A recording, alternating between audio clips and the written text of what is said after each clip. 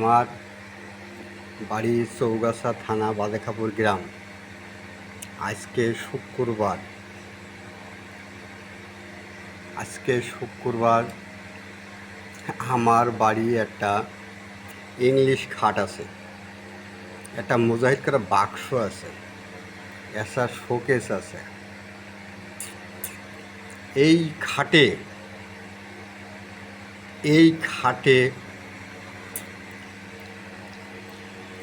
এই জেসমিন আক্তার টুকু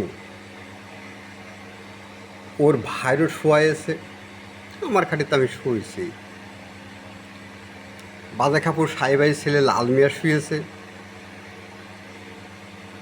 কোটচাঁদপুরি এনজিও শুয়েছে এক ছেলে, এমনকি মহাসিনী ছেলে জহুরুল শুয়েছে এই খাটে। এখন এই খাটের একটা স্বাদ আছে। এই খাট আমার বড় ছেলের শাসন করার আমার কোনো অধিকার নেই। অধিকার আছে মহাসিনীর জামাই সোহেলের নাকি শাসন করার ক্ষমতা আছে, ওর নাকি পাওয়ার বেশি, ওর নাকি অধিকার বেশি। মানে সোহেলও ওর কাছে শুয়েছে ওই খাটে। আবার সোহেলের বাপের সাথে মাগরিবির আজান হয়ে যাচ্ছে, ব্যানে যাচ্ছে, মাঠে যদি কুষ্টার মধ্যে নিজের শুয়ে থাকে তাহলে করা কিছু আছে?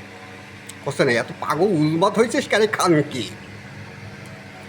ছেলেদের আমি বিটে বেঁচে দিলে আমার বেশ টাকা হয়ে যাচ্ছে। ছেলেদের আমি বিটে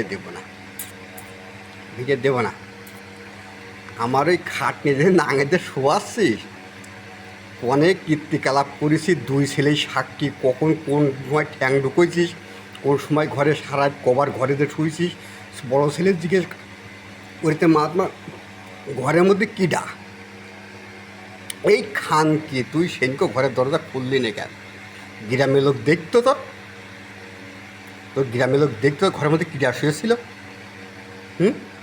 বুড়ো বয়সে অভিনয় শুধু আসছো, অভিনয় দেব। শৈলও পাগল হবে, শৈলের বাপও পাগল হবে, জয়ীরও পাগল হবে, মহাসিনও পাগল হবে। তুই তো হবি। আমার বাড়ি খাটনি দেশে নাঙেদের শোয়াবা মাগে, খাটনি তো নাঙেদের শোয়াবা, খাটের খুব আরাম। বাপ মা চুদাইনো গাছ ফাড়ানো দিয়ে কাঠ দিয়েতে খাট বাইনে শোয়াও কিনা নাঙেদের কান কি লাগে ওই খালি নাঙেদের শোয়াও গেল। খাট নিয়ে যা, দেখছে না খেলা শুরু, একেবারে ছেলেদের নিশ্চিন্ন করে ফেলবো আমি একদম। ওরা মুখও দেখবে না।